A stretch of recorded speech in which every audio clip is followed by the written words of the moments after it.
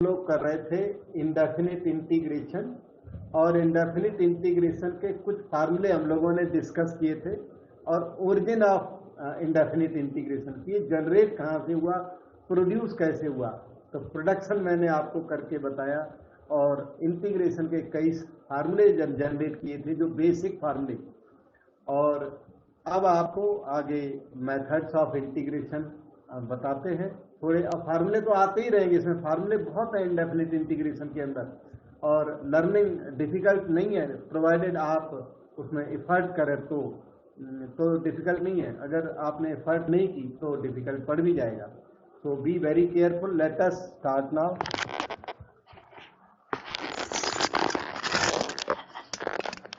ये अभी जो सामने दिख रहा है ये तो है क्वेश्चन, लेकिन इस क्वेश्चन पर पहुंचने के लिए आपको अभी थोड़ी सी फाउंडेशन की और भी जरूरत है।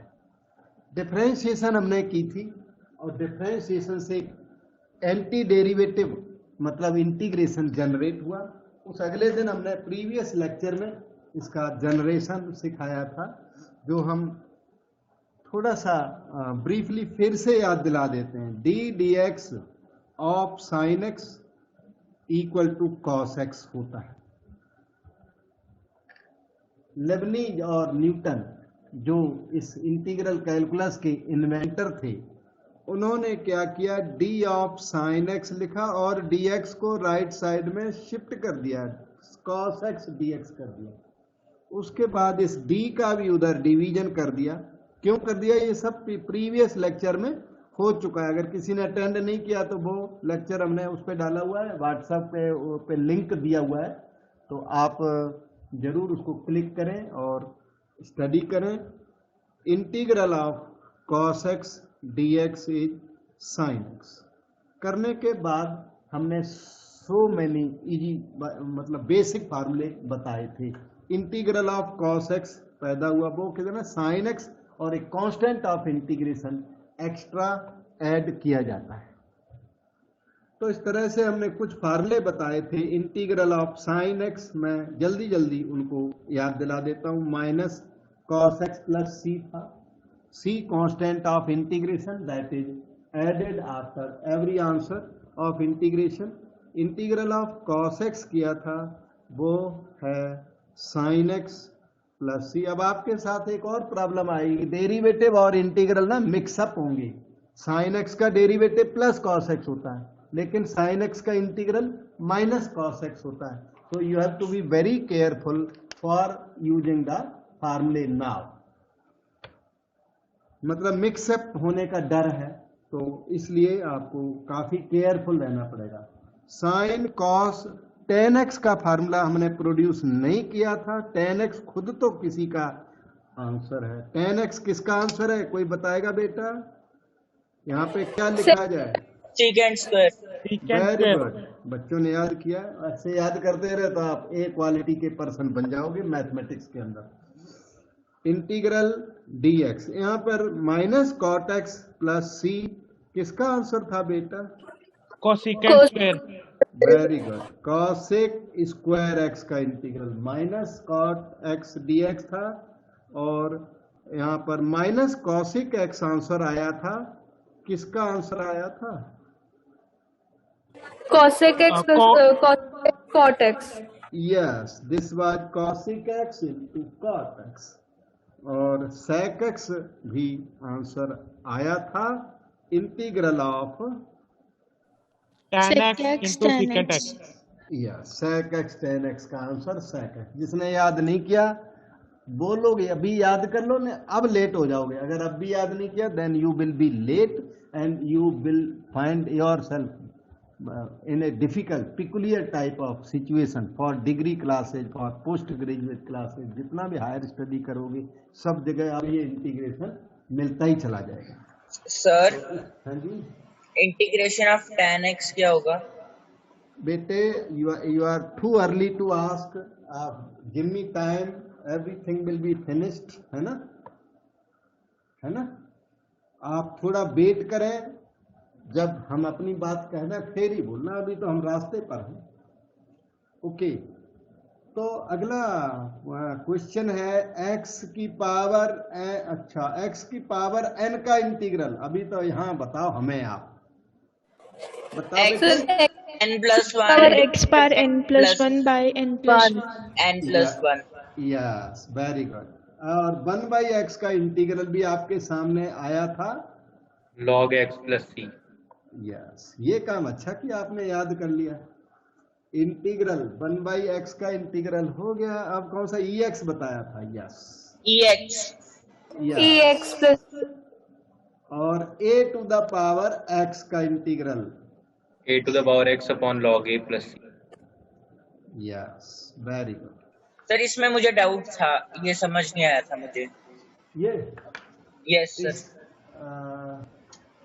इसमें डाउट तो क्या था, जैसे डेरिवेटिव होता है ना, a की पावर x का derivative, a to the power x log a कर दिया है।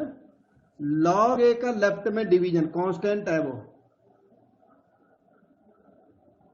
d dx of a to the power x is equal to a to the power x।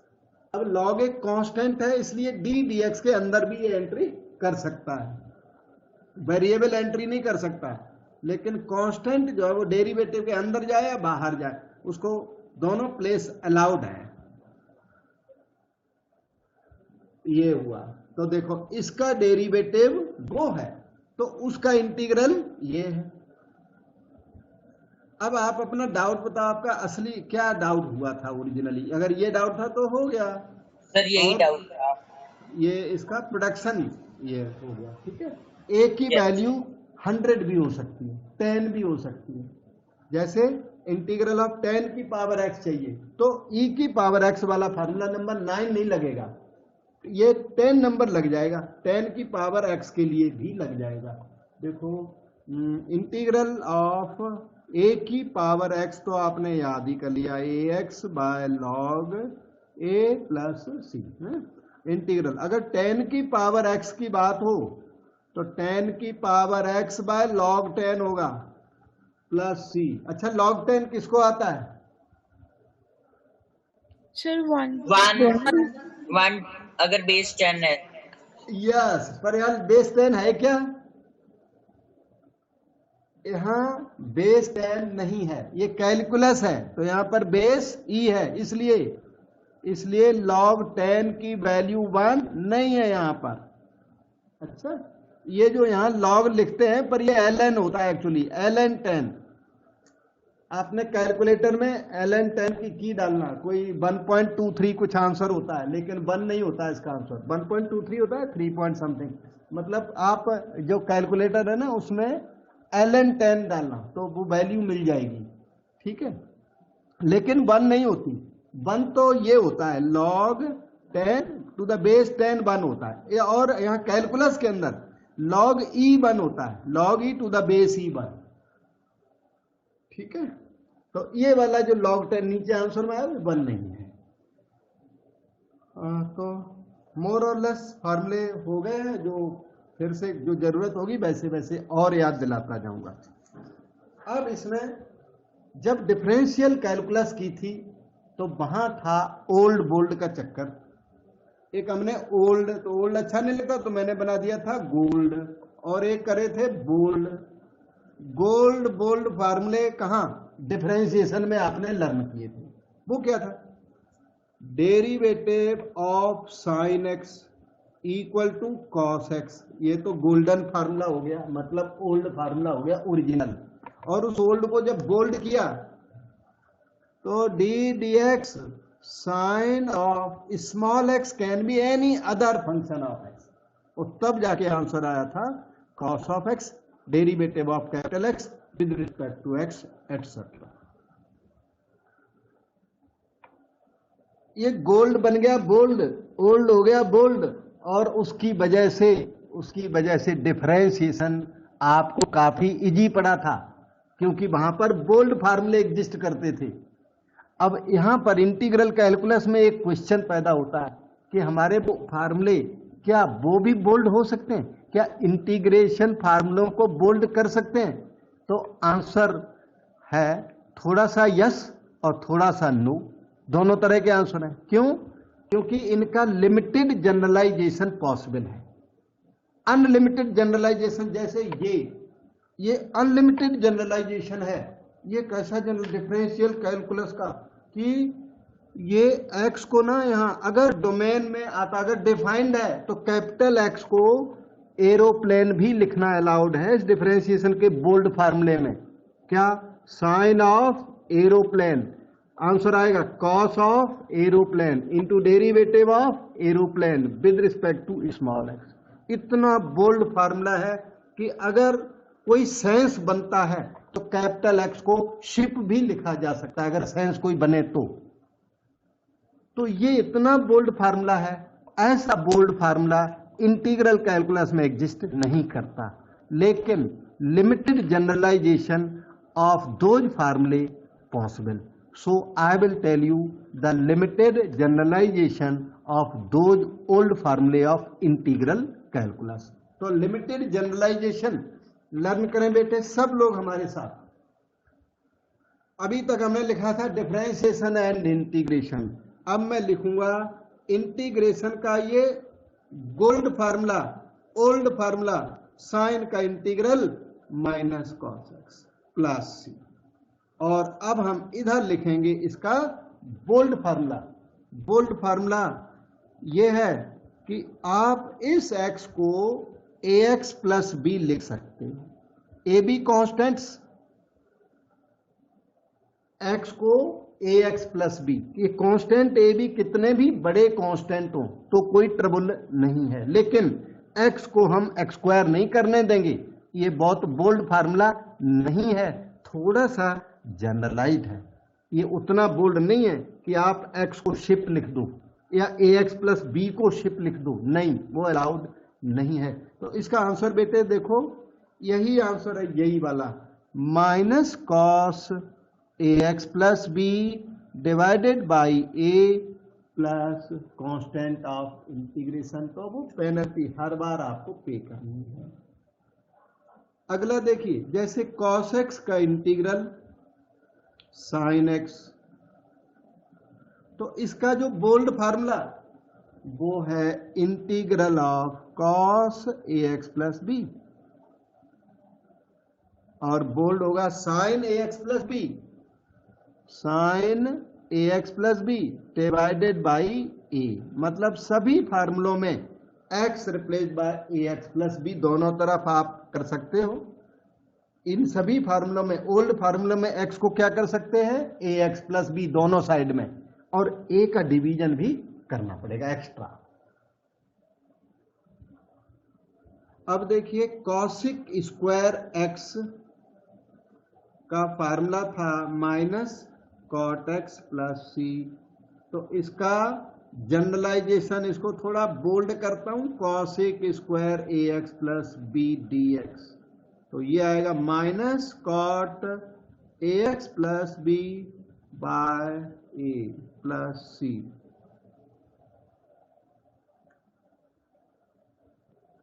जो फार्मूला था सेक स्क्वायर एक्स का tan x plus C, that formula can be generalized. All formula of integration can be generalized in this manner. एक बात याद रखना, right hand side में x को हम स्क्वायर रूट x नहीं लिखने देंगे, आपको x की जगह पर log x राइटिंग नहीं करने देंगे। राइट साइड का जो स्मॉल x है वो स्मॉल x ही रहेगा, उसको हम log x या e to the power x या समथिंग लाइक दैट हम वो नहीं होने देंगे, क्योंकि वो अगर तब तो पूरे बोल्ड हो जाते ये, लेकिन ये उतने बोल्ड नहीं है। x can not be changed by any other quantity. Sir ये a से डिवाइड करने का रीजन क्या है? रीजन ये है कि इसका डेरिवेटिव करके देखना बेटा, राइट साइड का डेरिवेटिव करना तो इतना आ जाएगा। किसी भी राइट साइड का डेरिवेटिव करिए आप, आपको ये चीज मिलेगी, इंटीग्रांड कहते हैं इसको। तो यही रीजन है, इंटीग्रल प्रोड्यूस डेरिवेटिव से हुआ ना, तो राइट साइड का डिफरेंशिएशन कौन है, integrand, that is a reason. ठीक है। हम यहाँ डेरिवेटिव इनका करके नहीं दिखा रहे हैं, डेरिवेटिव अब आपका काम हो गया, इसको डिफरेंशिएट करो, ये आएगा। डायरेक्ट लिख रहा हूँ फार्मूले में, सारों के डेरिवेटिव हैं इधर राइट साइड का, any one of them can be differentiated to get the integrand. जो ये चीज है ना, इसको इंटीग्रांड कहते हैं, अभी मैं लिख दूंगा इंटीग्रल। अच्छा, sec square ax plus b dx का इंटीग्रल हुआ tan ax plus b divided by a plus C. ठीक, ऑल फॉर्मूले of integration can be generalised in this manner, जैसे कि okay, integral of cosec x cot x is minus cosec x plus सी। तो इधर होगा integral of cosec ax plus b into cot ax plus b is equal to minus cosec ax plus b by a plus constant of integration. So next number 6, sec x tan x का integral हो गया बेटे sec x। Generalise करें sec ax plus b, अब की बार answer आप बताओ, tan ax plus b, what should I write here? Sec ax plus b by a. Divided by a plus c. By a. Then next 7 number, integral e to the power x, क्योंकि वो 1 3 4 5 6 हो गए, ex dx is ex, लेकिन e के ऊपर कोई और power हो like ax plus b, e to the power ax plus b by a. सभी फार्मूला में x replace by ax plus b और उसके बदले में a का डिवीजन करोगे। ये तो मैंने याद करने का तरीका बताया। अब आप सोचो कि ये आया कैसे, आया ऐसे, इसका आप डेरिवेटिव करके देखो, ये आ जाएगा, ऐसे आया फार्मूला। सो नंबर 8 में integral of a to the power x किया था, तो वो था ax by log a plus C, 8 number integral. अच्छा, अब कि हमारा नोटेशन क्लैश कर गया, हम x replace by ax plus b किया करते हैं, लेकिन a क्लैश कर गया, तो हम लोग कर देंगे a1x कर देते हैं, चलो plus b a1x plus b dx, और ज्यादा फर्क नहीं डाला हमने फार्मूले में, a की power a1x plus b by a1 plus constant of integration. 8 number. अब चलते हैं कोई 9 नंबर पर, इंटीग्रल 1 बाई एक्स dx, ये हुआ log ऑफ mod x, तो integral 1 by ax plus b का इंटीग्रल बताओगे?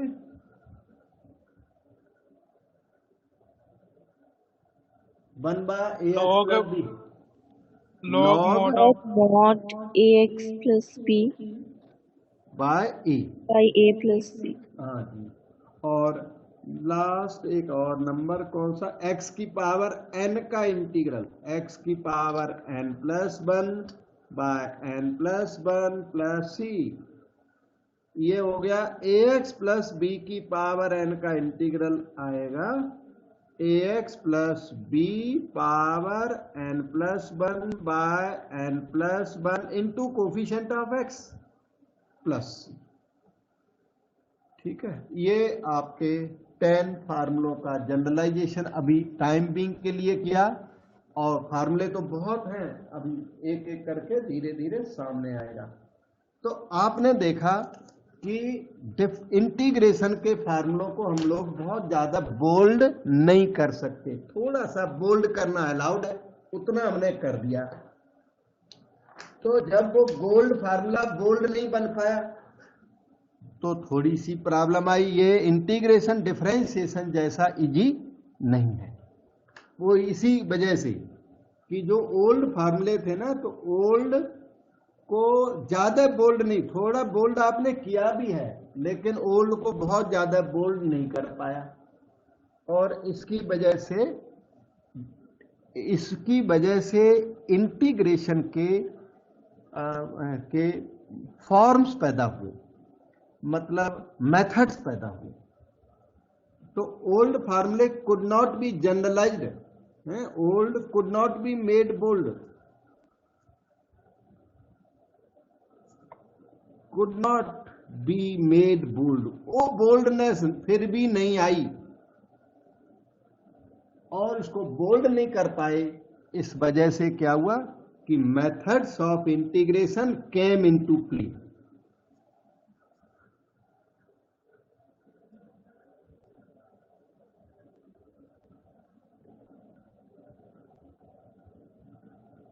सो मेथड्स ऑफ इंटीग्रेशन इसी वजह से आए। डिफरेंशिएशन में नहीं थे मेथड्स ऑफ डिफरेंशिएशन, वहां कोई नहीं आपने लर्न किया, वहां मेथड ऑफ डिफरेंशिएशन था ही नहीं, वहां तो वो एक ही मेथड था कैपिटल एक्स वाला कि बोल्ड मेथड यूज करे जाओ, चैन रूल जिसे कहते हैं, चैन रूल यूज करे जाओ। लेकिन इंटीग्रेशन में क्योंकि ओल्ड को बोल्ड नहीं बना पाए हम लोग, तो उस वजह से मेथड्स ऑफ इंटीग्रेशन पैदा हुए। अब ये मेथड्स ऑफ इंटीग्रेशन क्या है? ये method of integration broad sense में है, like substitution method. First method इनका है सब्स्टिट्यूशन मेथड, फिर है partial fractions method, integration by partial fractions, फिर है इंटीग्रेशन बाय पार्ट्स, उसके बाद बाय सक्सेसिव रिडक्शन।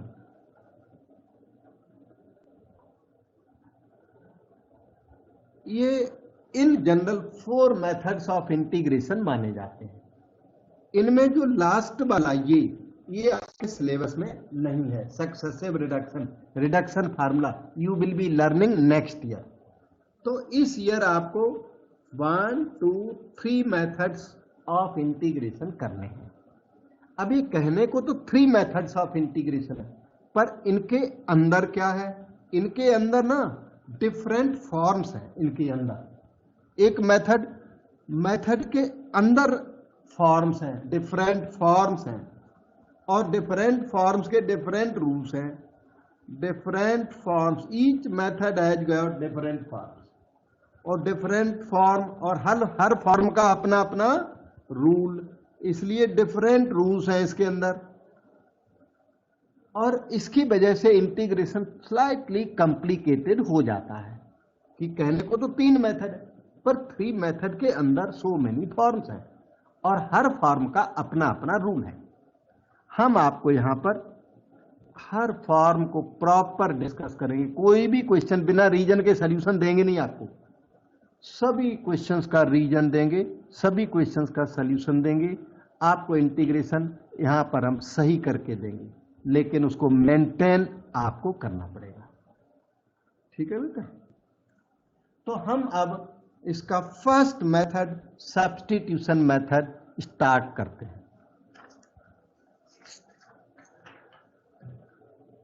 सो सब्स्टिट्यूशन मेथड का यही था क्वेश्चन नंबर 1 जो हमने बिगिनिंग में दिखाया था। The question belongs to substitution method. यहां पे मैं लिख देता हूं,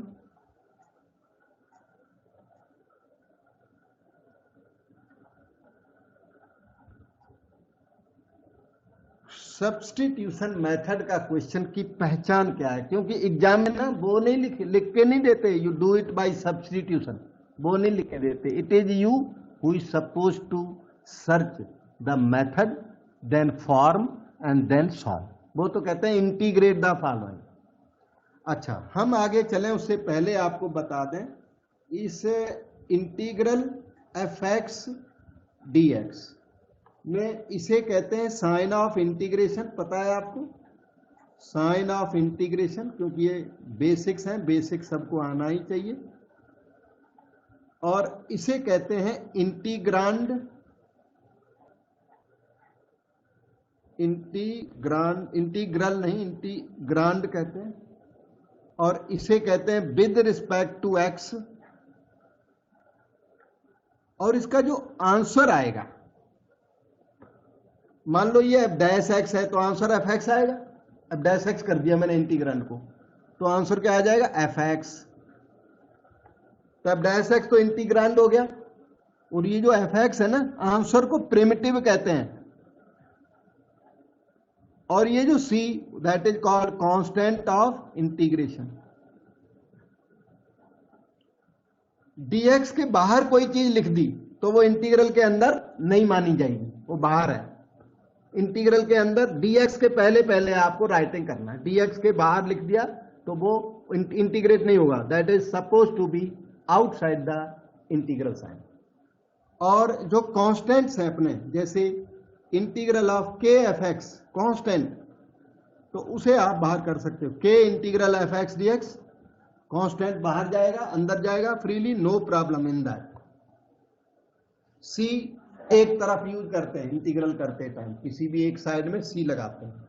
तो ये तो फिर थोड़ा इंट्रोडक्शन बचा जा रहा, तो वो बता दिया। अब आगे की बात, सब्स्टिट्यूशन मेथड इस तरह पहचाना जाएगा कि आपके सामने जब क्वेश्चन आ जाए, ये क्वेश्चन सामने आया, एग्जाम पेपर में क्वेश्चन आ गया, अब आपकी ड्यूटी है कि इस क्वेश्चन से एक क्वेश्चन पूछो। Ask a question to the question itself. क्या क्वेश्चन पूछोगे? क्वेश्चन पूछना है derivative of which part of function is present, या derivative of what is present. इस क्वेश्चन से एक क्वेश्चन पूछोगे कि किसका डेरिवेटिव प्रेजेंट है। जिसका डेरिवेटिव प्रेजेंट है ना, वो यही है, और डेरिवेटिव भी यही है। तो derivative of what is present, ये आपका क्वेश्चन है। इसका कुछ आंसर आएगा, जैसे यही बताओ किसका डेरिवेटिव प्रेजेंट है बेटे? सर 1/x log x का होता है। log x, एक मिनट, आपने बिल्कुल सही बताया, फिर भी थोड़ा एक बार रिफाइन करें। Derivative of what is present, एक वर्ड में answer they. log x derivative of log x is present। Derivative of log x is present, right. तो इस क्वेश्चन का जो आंसर आएगा ना, उसको टी पुट करना है। बात यह है, इसलिए मैं ज्यादा इंसिस्ट कर रहा हूं। Put t equal to answer, जो आपने आंसर दिया उसी को टी पुट करना है। तो ध्यान दो सभी लोग रिमेनिंग भी, कि log x का डेरिवेटिव यहां प्रेजेंट है। मैं क्वेश्चन को यहां दोबारा यहां साइड में लिख देता हूं, इसको समझो। Integral log x whole square है यहां पर, और उधर 1/x dx है। तो log x का डेरिवेटिव प्रेजेंट है, log x का डेरिवेटिव 1/x प्रेजेंट है। तो आप log x को t पुट कर दोगे। इस क्वेश्चन का जो आंसर आएगा उसे t पुट करने को सब्स्टिट्यूशन मेथड कहते हैं। तो you will put t equal to log x, और फिर क्या हुआ? फिर हुआ कुछ ऐसा, dt बाय dx हुआ 1/x, तो dt हो गया 1/x into dx। dt dx को राइट लेफ्ट में या इंटीग्रल कैलकुलस में खूब शिफ्ट करो, कोई प्रॉब्लम नहीं है। तो इंटीग्रल को जनरली ना i से डिनोट करते हैं। ये था इंटीग्रल log x का whole square into 1/x dx था। इंटीग्रल log x को आपने क्या t पुट किया हुआ है, तो ये t स्क्वायर हो गया, dx बाय x dt बन गया, और आपका फार्मूला एप्लीकेबल हो गया।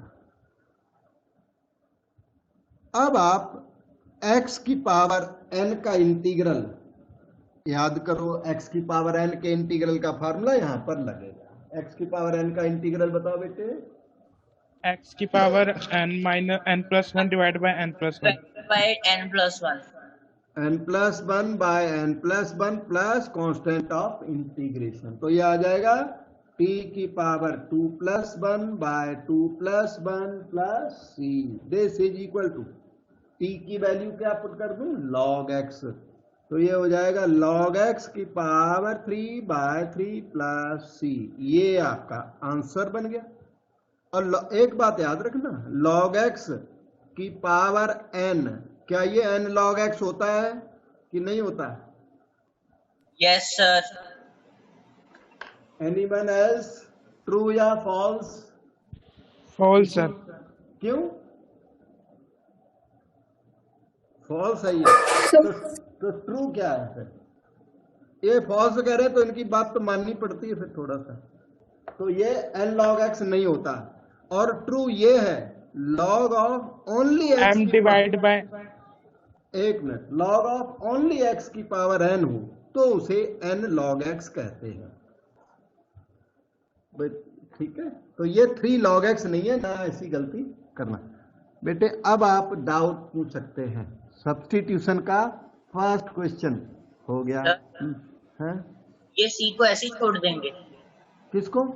ये जो सी लिखा है कांस्टेंट ऑफ इंटीग्रेशन। हाँ हाँ हाँ, ऐसे ही छोड़ना, और क्या करना। मतलब इसकी कोई वैल्यू तो नहीं होती ना? नहीं नहीं, c can be 1, c can be 100, c can be 1000, anything, so we will not put the value of c। Sir हाँ जी बेटा, पूछ लो। सर उस क्वेश्चन में log x क्यूब के डिवीजन में 3 आएगा ना, वहाँ x की मतलब 2+1 क्या था? हाँ पक्का आएगा, t क्यूब बाय 3, हाँ t क्यूब बाय, उसमें लग गया ना उधर, 2+1 3 भी था, 3 ही था, x तो पता नहीं किधर से लिख दिया मैंने, ये 2+1 3 आ रहा, 3 लिखोगे। अब देखो ये रहा क्वेश्चन नंबर 2। अब इसमें इसको क्वेश्चन को मान लो हमारे पेपर में आ गया, तो हमने बस वही देखना है कि derivative of which part of function is present, किसका डेरिवेटिव प्रेजेंट है, और इसका जो आंसर आएगा उसी को हमने टी पुट करना। Derivative of what is present? कोई बताएगा डेरिवेटिव किसका प्रेजेंट है? सर साइन का, sine ax plus sine ax plus b sine और ax प्लस बी, बी का डेरिवेटिव ऑलमोस्ट प्रेजेंट है। ऑलमोस्ट मैंने लगाया कि एग्जैक्ट डेरिवेटिव होना, प्रेजेंट होना जरूरी नहीं है, कांस्टेंट का फर्क हो सकता है। तो put t equal to sine ax plus b. Exact derivative तो नहीं है, लेकिन इतना चल जाता, कांस्टेंट का अगर फर्क है तो वो एडजस्टेबल होता है। देखो मैं बताता हूं, dt बाई डी एक्स निकालिए, d d x of sine ax plus b, sine के आगे जो कैपिटल एक्स प्रोड्यूस हो गया उसका डेरिवेटिव हुआ cos ax plus b into d d x of ax plus b, cos ax plus b, ax का derivative a, b का derivative 0, तो ये dt बाई डी एक्स आपका तैयार हुआ। तो डेरिवेटिव कितना हुआ? a cos ax plus b, जबकि वहां प्रेजेंट है cos ax प्लस बी, तो constant multiple is adjustable, no problem, a की कोई टेंशन नहीं, वहां वेरिएबल का फर्क नहीं होना चाहिए, डेरिवेटिव में कांस्टेंट का फर्क है तो एडजस्टेबल होता है। तो dt की वैल्यू बेटे a cos ax plus b into d x बन गई, dx हमने राइट साइड में शिफ्ट कर दिया। अब एक बात और, a का लेफ्ट साइड में a को शिफ्ट करो 1/a dt, क्योंकि हमारे पास तो cos ax plus b dx present है, हमें उसी की वैल्यू पुट करनी पड़ेगी। तो a को लेफ्ट में शिफ्ट कर दिया, राइट साइड में cos ax plus b dx रह गया। तो आपका इंटीग्रल बन गया इतना, इंटीग्रल साइन लगा दिया, sine ax plus b t हो गया, cos ax plus b dx बन गया dt by a, 1/a dt।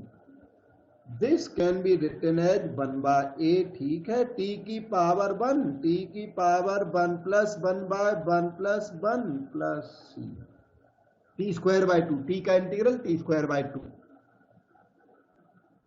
T का स्क्वायर, टी की value sine a x plus b मैं पुट कर देता हूं, sign a x plus b का स्क्वायर और बाय नीचे 2a और देन c। बेटे डाउट पूछ सकते हैं, बिल्कुल पूछोगे तो बताएंगे।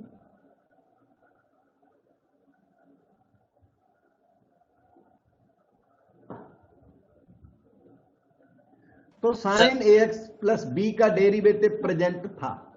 सर ये एक क्वेश्चन दोबारा इंटीग्रल करना, इंटीग्रेशन से दोबारा करना। यहाँ के बाद में यस सर। वो x की पावर 1 का, एक मिनट फार्मूला याद दिला दूं, इंटीग्रल x की पावर n dx का फार्मूला याद करो, x की power n plus 1 by n plus 1। इसमें हमने t की पावर 1 इंटीग्रेट किया, तो t की power 1 plus 1 by 1 plus 1। Constant can be written outside, no problem in that. Okay sir. Okay अच्छा, तो sine a x plus b का derivative present था। मैं तो कहता हूं कॉस का भी डेरिवेटिव प्रेजेंट है, तो आप कुछ कहना चाहोगे? साइन का डेरिवेटिव कॉस था, कॉस का डेरिवेटिव माइनस साइन होता है, तो माइनस सर तो भी निकल जाता, तो भी हाँ, क्योंकि माइनस एडजस्टेबल है, राइट है आप। माइनस और कांस्टेंट तो एडजस्टेबल है, कांस्टेंट का तो फर्क यहां भी था, तो कांस्टेंट का फर्क वहां भी है, तो भी निकल जाता। तो मैं उस अल्टरनेटिव को करके बताऊंगा। सर जो आंसर निकला वो जर्नलाइज्ड फॉर्मूले के जैसे निकला। क्वेश्चन नंबर 2 इंटीग्रल, तो आप क्या कहना चाहते हो? निकला तो निकला सर, वो मैं उसको मैच करके देख रहा था, मुझे फिर जनरलाइज लगा। ओके, वो जो आंसर निकला वो इतना निकला, sine square a x plus b by 2a। ठीक है, ओके। अब हमें आगे चलने दीजिए, ध्यान दो, derivative of cos a x plus b is also present, so we can put t equal to cos a x plus b. आपने खुद ने बताया कि तब भी निकल जाता, आप में से कोई बोल रहा था तब भी निकल जाएगा, तो इसमें ना dt बाई डी एक्स निकालिए आप, d dx of cos ax plus b. Differentiation में काफी स्मार्ट होना पड़ेगा आपको। cos ऑफ कैपिटल x का derivative minus sine ax plus b into d dx of ax plus b. और ये ना फास्ट लिखा जाता है इंटीग्रल कैलकुलस में, तो स्लो बता रहा हूं मैं। इंटीग्रल के अंदर जो डिफरेंशिएशन आते हैं ना वो डायरेक्ट लिखे जाते हैं। ठीक है, x का डेरिवेटिव a होगा minus a sine a x plus b का derivative 0। This is dt by d x, तो dx को आप राइट में शिफ्ट कर दो। अब हमने जब क्वेश्चन को देखा तो क्वेश्चन में पता है sine a x plus b d x आया हुआ है और ये माइनस ए वहां नहीं आया हुआ है, तो माइनस ए को लेफ्ट में शिफ्ट कर लो, minus 1 by a d t sine a x plus b d x.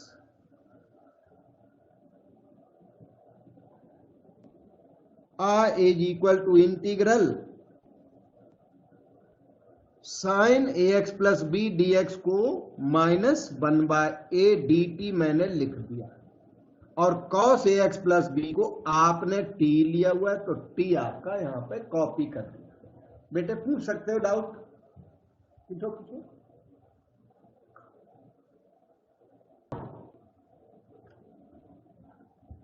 Minus 1 by ए बाहर, t की पावर ये क्या है 1, t to the power 1 plus 1 by 1 plus 1 plus c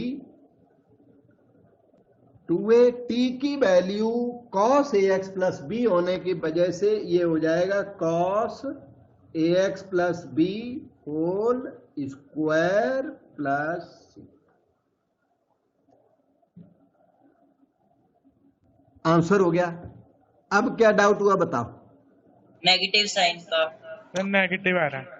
negative आ रहा है, नेगेटिव तो वो नेचुरल तरीके से आया, और पहले वाला पॉजिटिव आया था, ये पहले का आंसर है, ये दिख रहा है नीचे पिंक कलर में, यहाँ पे ये वाला, ये पहले का आंसर है, ये अब का आंसर है। दोनों आंसर्स में फर्क है ना, एक तो साइन नेगेटिव और कॉस भी है, कॉस साइन भी है। और क्या दोनों आंसर सेम है कि अलग है? सेम ही है सर। जैसे नहीं, जैसे साइन स्क्वायर है ना, वो माइनस कॉस स्क्वायर के इक्वल नहीं होता, नहीं, ये आंसर साइन स्क्वायर है और वो आंसर माइनस कॉस स्क्वायर है। मैं रीराइट कर देता हूं, अच्छा, माइनस, ये आंसर है cos square a x plus B अलग है सर बाय 2a प्लस सी, और ये वाला जो आंसर है ये है बेटे sine square a x plus b by 2a plus सी। तो sine square equal to minus cos square नहीं होता, नहीं, वो तो ये होता है, देखो sine square 1 minus cos square के इक्वल होता है। तो साइन स्क्वायर जो है वो कॉस माइनस कॉस स्क्वायर के इक्वल नहीं होता। इसका मतलब दोनों आंसर्स में फर्क है। आपने नोटिस किया? Do you agree that there is difference? Yes sir. Yes sir इसका मतलब one question of integration done in 2 different methods can give you 2 different answers. That is why it is called indefinite integration. दोनों में actually जो C used है ना, C वो देखने में तो एक सा लगता है, दोनों में C में फर्क है एक्चुअली। सपोज करो वो C 10 है तो ये C 11 है, ये 1 उसी C में एडजस्ट हो गया है। समझ रहे बात को? कांस्टेंट ऑफ इंटीग्रेशन आर्बिट्रेरी होता है, दोनों सी एक से दिखते हैं, एक से, पर इनमें आपस में फर्क है। यही रीजन है कि sine square minus cos square की इक्वल ना होते हुए भी दोनों आंसर राइट हैं। मेरे कहने का मतलब यह है कि आपको हमने यहाँ कोई आंसर बताया, वो आंसर आपकी बुक से मैच करना जरूरी बिल्कुल भी नहीं है, because one question of integration done in 2 different ways may give you 2 different answers. You see here. एक और बात बताता हूं, same question can be done by 1 more method. ये सब में इतनी एनालिसिस नहीं करूंगा, पर मुझे कुछ बातें आपको बतानी होती हैं, इसलिए इसकी एनालिसिस कुछ ज्यादा ही कर रहा हूं कि अभी आप बिगिनर हो और वहां आंसर मैच करोगे तो आंसर का मैच करना बिल्कुल जरूरी नहीं होता, ठीक है। इसलिए ये चीजें हम आपको बताते हैं, एग्जाम्पल के थ्रू एक आध बार बतानी होती है, मैं स्टूडेंट को डाउट बना रहता है। उसी का थर्ड मेथड आपको बताते हैं। मेथड ऑफ सब्सटीट्यूशन ये है मोर और less, I is equal to sine a x plus b cos a x plus b d x, it is equal to, इसको देख के साइन थीटा कॉस थीटा जैसा फार्मूला भी होता है कोई ट्रिग्नोमेट्री में बेटे, 2 sin theta Yes, sir. cos theta. हाँ जी, 2 sin थीटा कॉस थीटा। आप एक काम करो, इसे कर दो 1/2 अंदर 2 मल्टीप्लाई 2 sin थीटा कॉस थीटा, जो आपने फार्मूला बताया हम उसी का फायदा उठाएंगे। 2 sin थीटा कॉस थीटा बन जाएगा साइन ऑफ 2 थीटा। ये देखो कितना कंपैक्ट हो गया। और थोड़ा मैं इसको रिपेयर कर देता हूं, फिर आपसे बात करूं।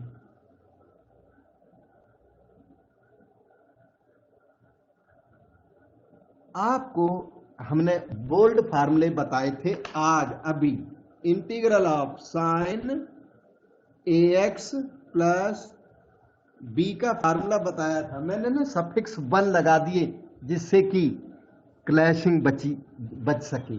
तो इसका जो आंसर था minus cos x plus b divided by a plus सी था, ठीक। So this formula becomes applicable here. There is no need of substitution now. You can use the formula directly. The result will be 1/2 minus cos of 2ax plus 2b, क्योंकि इसमें ना constant changeable होते हैं. You can change any constant by another constant. केवल जो variable part है x को हम रूट x करने नहीं देंगे, x को log x करने नहीं देंगे, x को हम बदलने नहीं देंगे आपको, और आप a b को बदलो कोई बात नहीं। डिवाइडेड बाई a1 का मतलब 2a, एक्स के कोफिशिएंट का डिवीजन, और ये आया plus c minus cos 2ax plus 2b by 4a plus c. क्या आपको ध्यान आया कि थर्ड आंसर उन दोनों से भी अलग है? एक नहीं आंसर सर, आया, इक्वल है सर। नहीं यह सर डिफरेंट है। एक आंसर आया था sine square ax plus b by 2 आया था मेरे ख्याल से, और एक आया था माइनस कॉस स्क्वायर, यस, और एक आया था उसी का answer minus cos square ax plus b by 2 plus सी, और थर्ड टाइम किया तो तीसरा थर्ड आंसर आ गया ये।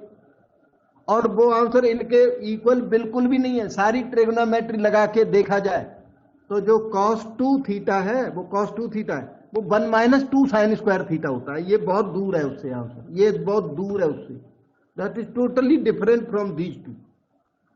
This means one question of integration done by 3 different methods may give you 3 different answers.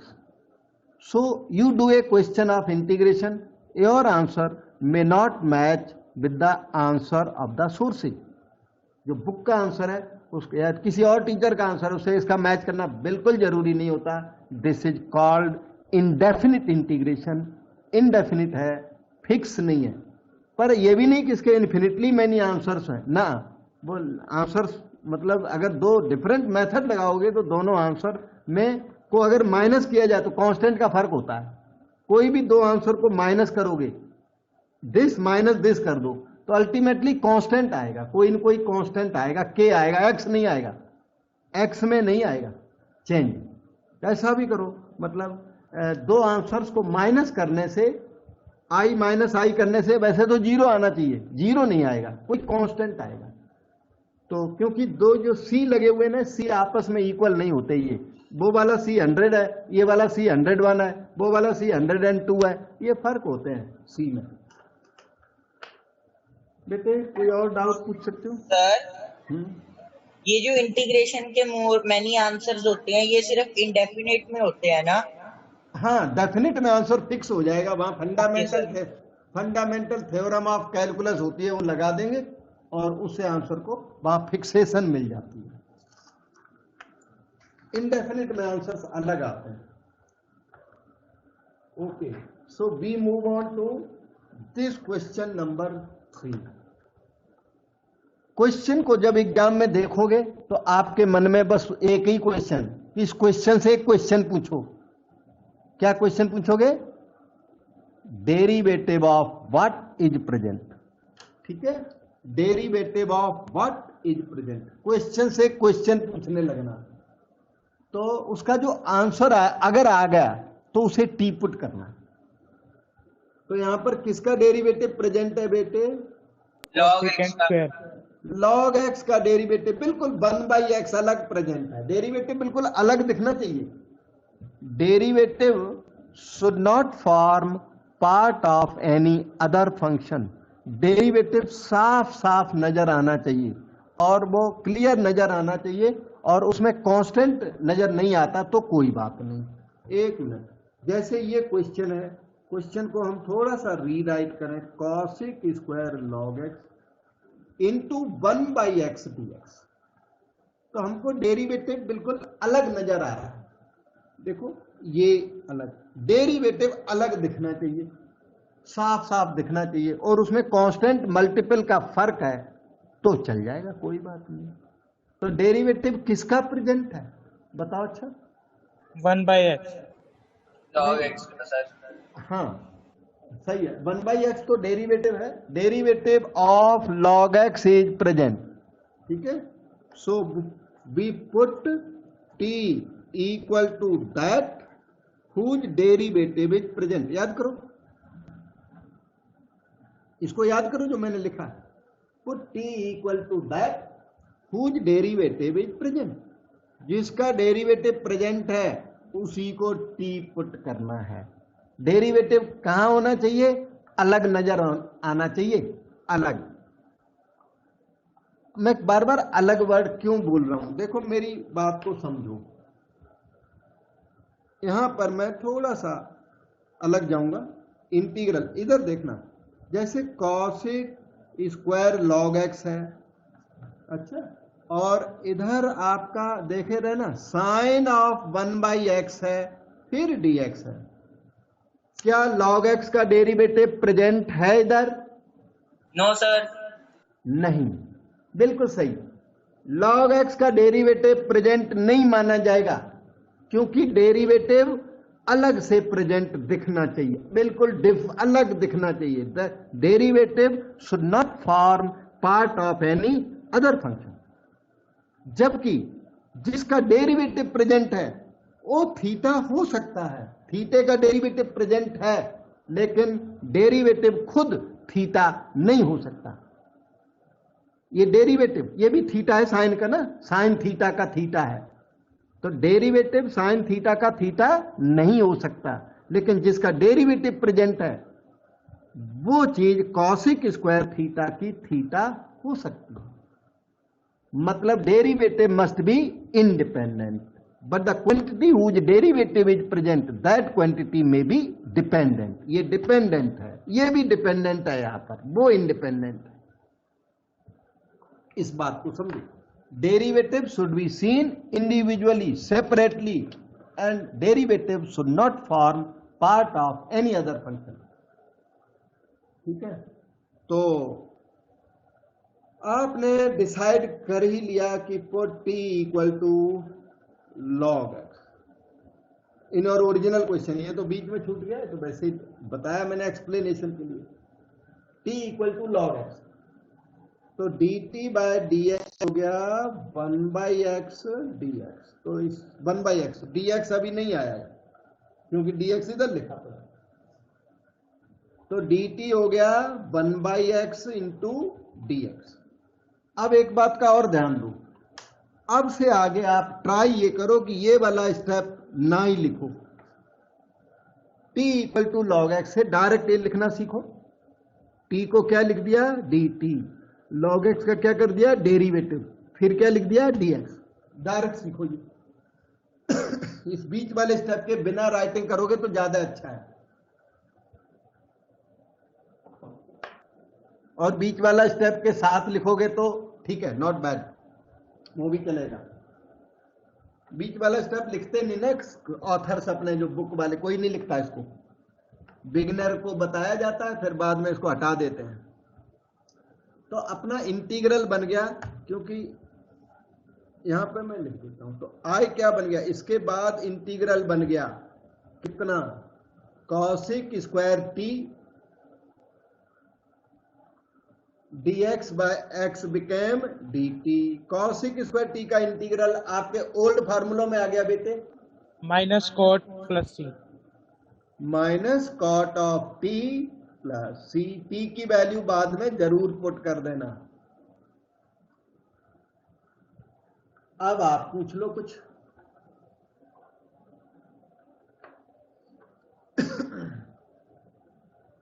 Move on to next question number, ये है कोई 5B, मतलब बीच में कुछ क्वेश्चन होमवर्क होते हैं, सॉल्व होमवर्क, कोई unsolved homework that you have to do.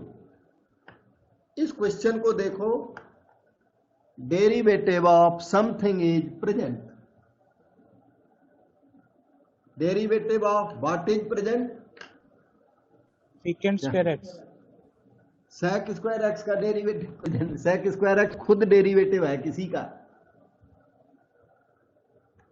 10x का, ध्यान दो, derivative of 10x is present, so you will put t equal to 10x। पहचान में आया सबको? 10x का डेरिवेटिव सेक स्क्वायर एक्स होता है, और वो वहां न्यूमरेटर में प्रेजेंट है। तो मेरा क्वेश्चन ये है कि derivative of what is present, वो कहां होना चाहिए? डेरिवेटिव न्यूमरेटर में होना चाहिए। अगर डेरिवेटिव डिनोमिनेटर में प्रेजेंट है तो फिर उसका कोई फायदा आपको नहीं है। तो derivative of what is present, अब मैं इसको थोड़ा बढ़ा देता हूं, इन न्यूमरेटर। वो कहां प्रेजेंट होना चाहिए? डेरिवेटिव हमेशा न्यूमरेटर में प्रेजेंट होना चाहिए। मतलब अगर ये क्वेश्चन को उल्टा कर दोगे, integral 3 plus 10x by sec square x। तो ये डेरिवेटिव प्रेजेंट हुआ नहीं माना जाएगा, बाकी आप कोई भी मेथड से करो, कुछ भी करो, पर ये डेरिवेटिव प्रेजेंट नहीं है। 10x का डेरिवेटिव प्रेजेंट नहीं है। डेरिवेटिव तो न्यूमरेटर में होना चाहिए हमारे पर्पज के लिए। तो इसका आंसर है कि derivative of 10x is present.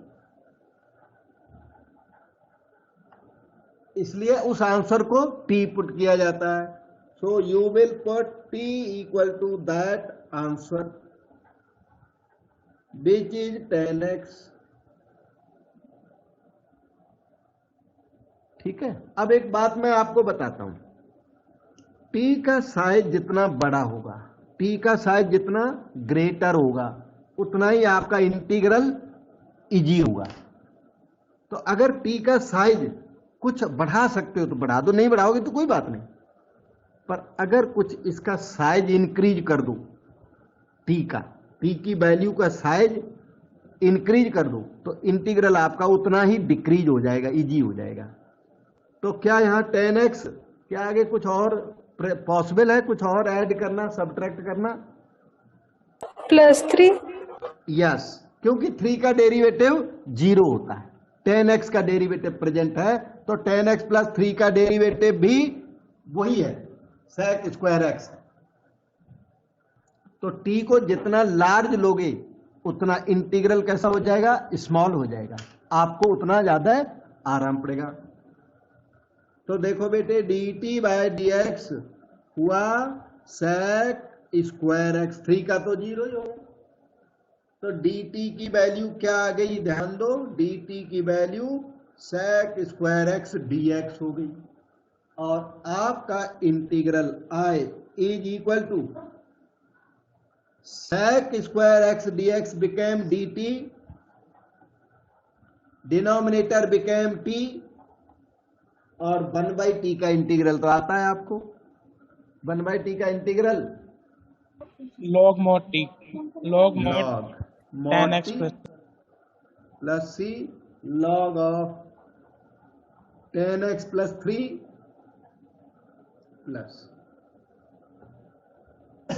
अब कोई मन में डाउट हो तो पूछो। सर ये मॉड क्यों आया? बेटे 1/x का इंटीग्रल सिखाया तो है मैंने, log ऑफ mod x होता है, कल बताया हुआ, कल वाला लेक्चर देखिए। Okay sir. वीडियो देखना, आपने वीडियो मंगाया और देखा नहीं। सर मैंने पूरी देख लिया, ये भी मुझे डाउट था ना, ये वाला भी फॉर्मूला 9th फॉर्मूला है। हाँ, log ऑफ mod x याद कर लो बस। कल तो हमने उसमें रीजन दिया क्यों होता है, कल वाले लेक्चर को दोबारा देखना, उसमें I have given the reason why it is log of mod x and I have properly explained there. वो derivative of mod x is equal to mod x by x कर दिया। बिल्कुल सही। ओके, अब आगे चलने दीजिए। बात यह है, यहाँ बहुत अभी देखो ना, पूरा घंटा लग गया, अभी तो 2 क्वेश्चन हुए हैं, तो ऐसा ही है ये इंटीग्रल। और ठीक से ना बताऊं तो आप प्रॉब्लम में आ जाओगे। ओके, तो अब हम एक बात बताएं आपको, एक मैं आपको फार्मूला बताता हूं, फार्मूला याद करो।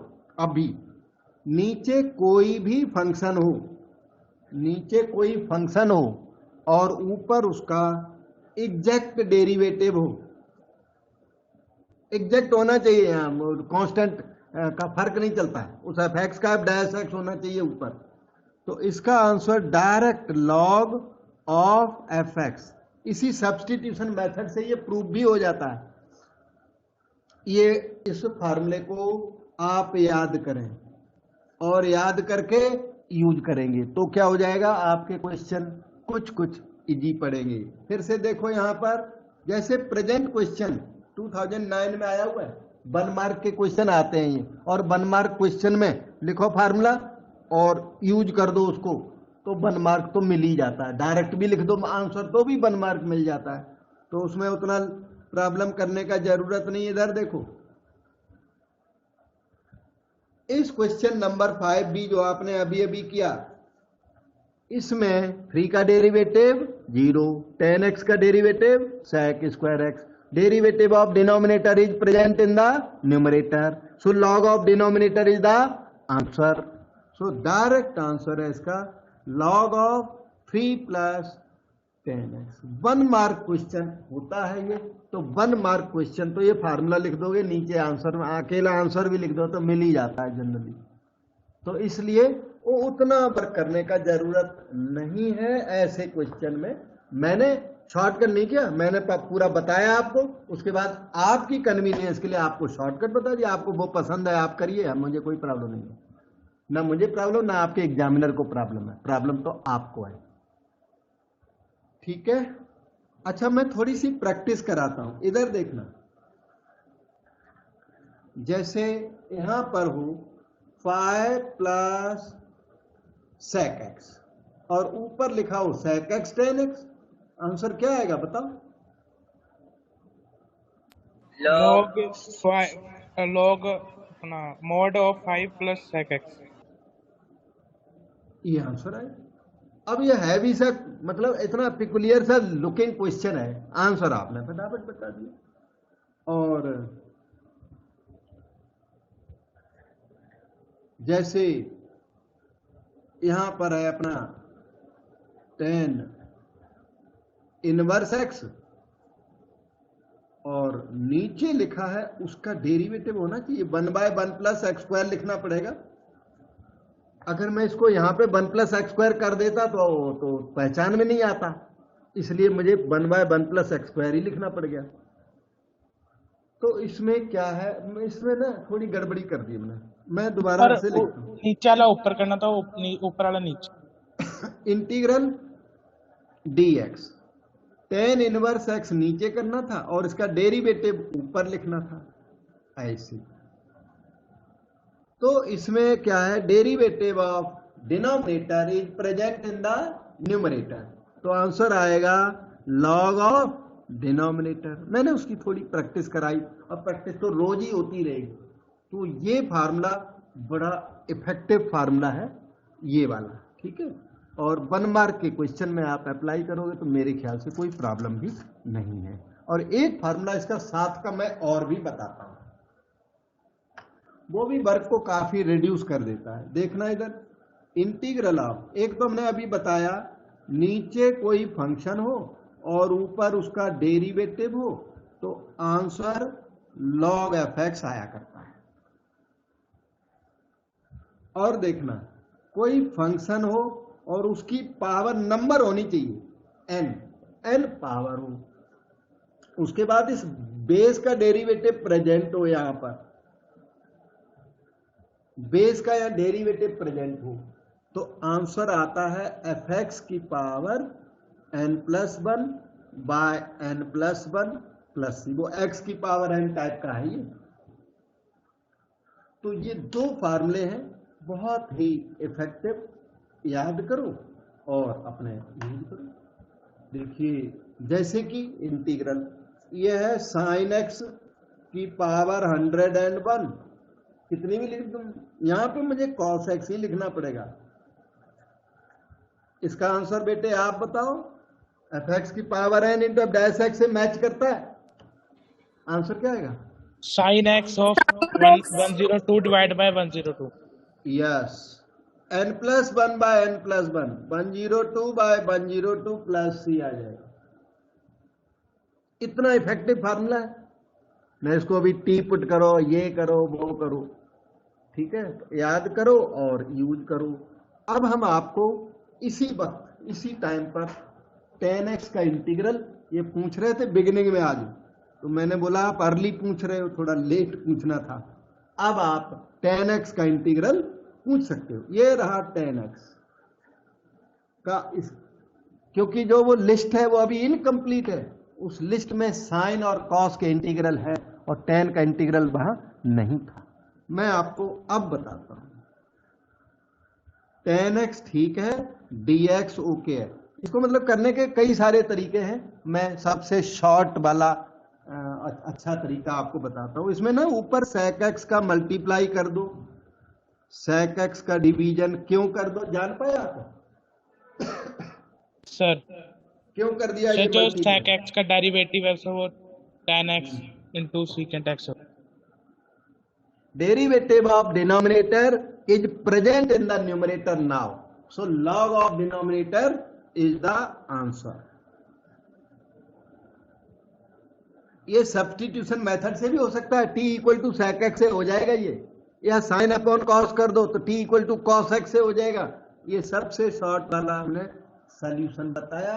tan x का इंटीग्रल log sec x होता है और ये माइनस log cos x भी होता है। आपके नॉलेज के लिए याद वो करना पहले वाला। इसी को minus log cos x plus c भी कहते हैं।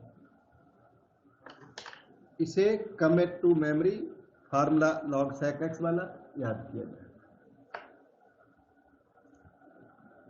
इसी जगह पर हम आपको cot x बताते हैं।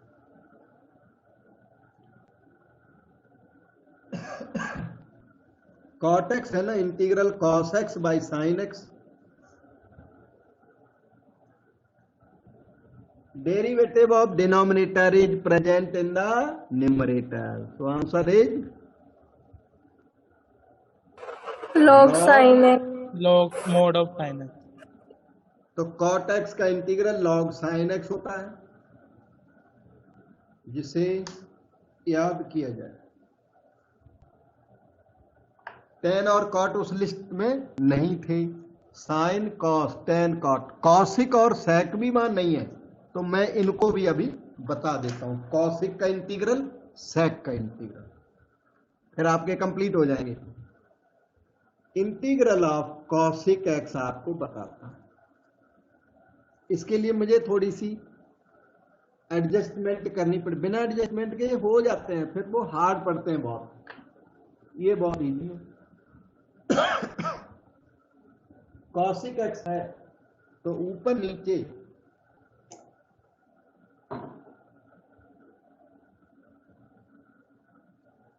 cosic माइनस cot x का मल्टीप्लाई कर दिया जाए, आसानी से आ जाता है।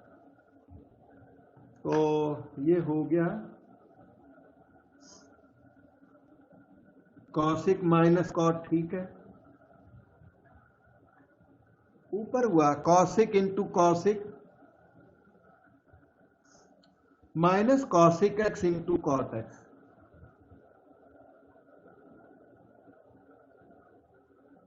अब आपने पहचाना cosic x का डेरिवेटिव ये है minus cosic x cot x। cot x का डेरिवेटिव कितना होता है? Minus cosecant square x. तो माइनस cot x का हुआ प्लस cosic स्क्वायर x। मैं एक बार लिख देता हूं, यहां पे लिखता हूं थोड़ा नीचे।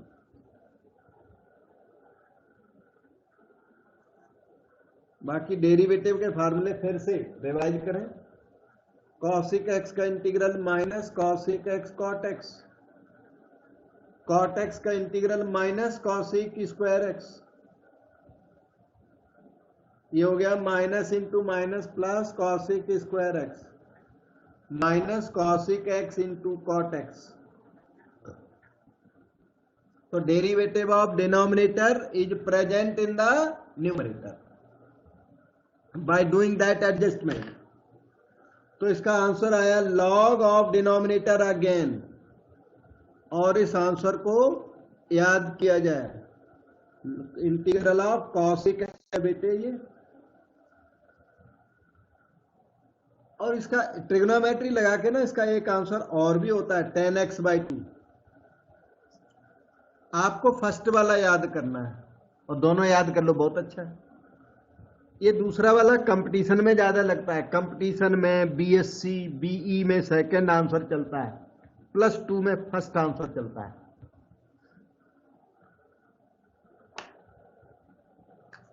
cosic x का हो गया, sec x अभी बताता हूं। इनको सबको करके रखे, याद करो।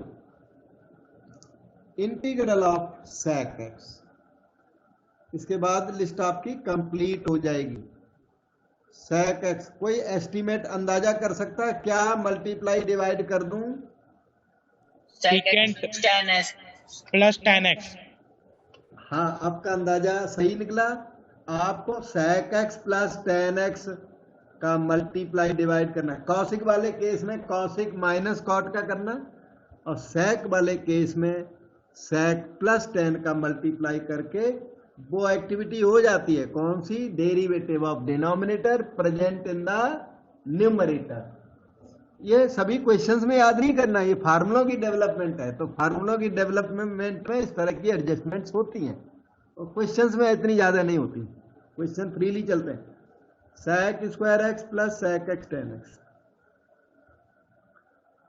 sec x plus tan x हो गया। Now you can see derivative of sec plus tan, sec x का derivative sec x tan x, tan x का derivative sec square. So derivative of denominator is present in the numerator. So log of denominator is the answer.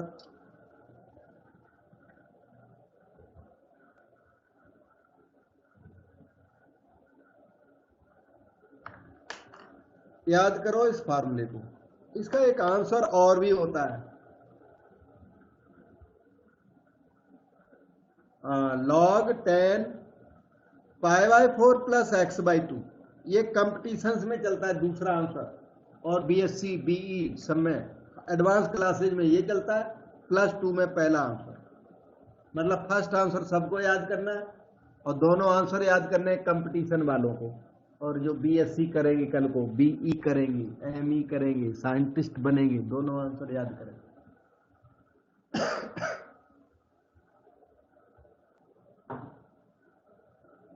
और integral के सभी फार्मूले जनरलाइजेबल होते हैं, उतने थोड़े से हैं। ये जो अभी अभी किए ना, ये फार्मूले भी थोड़े से जनरलाइजेबल हैं। मैं थोड़ा सा आपको रिमार्क में लिख देता हूं। जैसे tan x का इंटीग्रल निकाला था, tan x का इंटीग्रल कितना निकला था बेटा?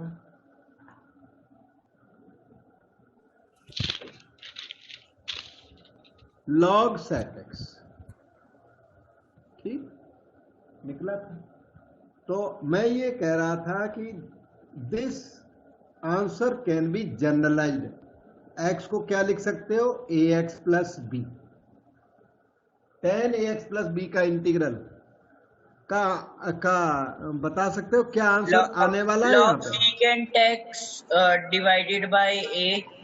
यस, log sec पूरा ax प्लस बी लिखना है, नीचे a, ऐसे जनरलाइज होना। ऑल फार्मूले of integration can be generalised in this manner. मैं आपको cot x बताता हूं। cot x का इंटीग्रल log sin x हुआ,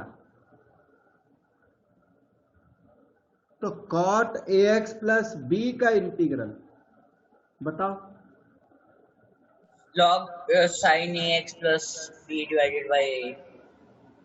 log sin ax plus b divided by a, बिल्कुल सही।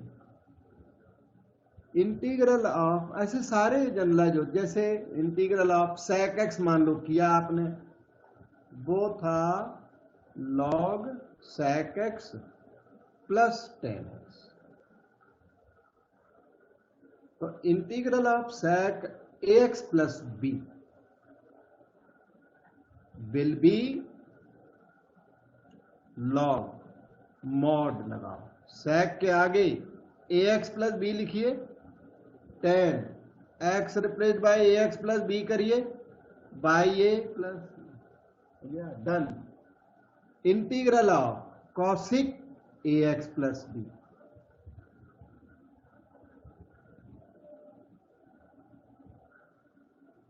आंसर आप बताओ बेटा। मॉड, अच्छा हाँ, इंटीग्रल ऑफ cosic x पहले तो चाहिए ना, log cosic माइनस कॉट होता है, मैंने यहाँ लिखा नहीं, cosic माइनस कॉट होता है, तो ये हो जाएगा cosic ax plus b minus cot ax plus b divided by et cetera. All फार्मूले can be generalised in this manner. x को ax प्लस बी सभी फार्मूलों में हम लोग कर सकते हैं।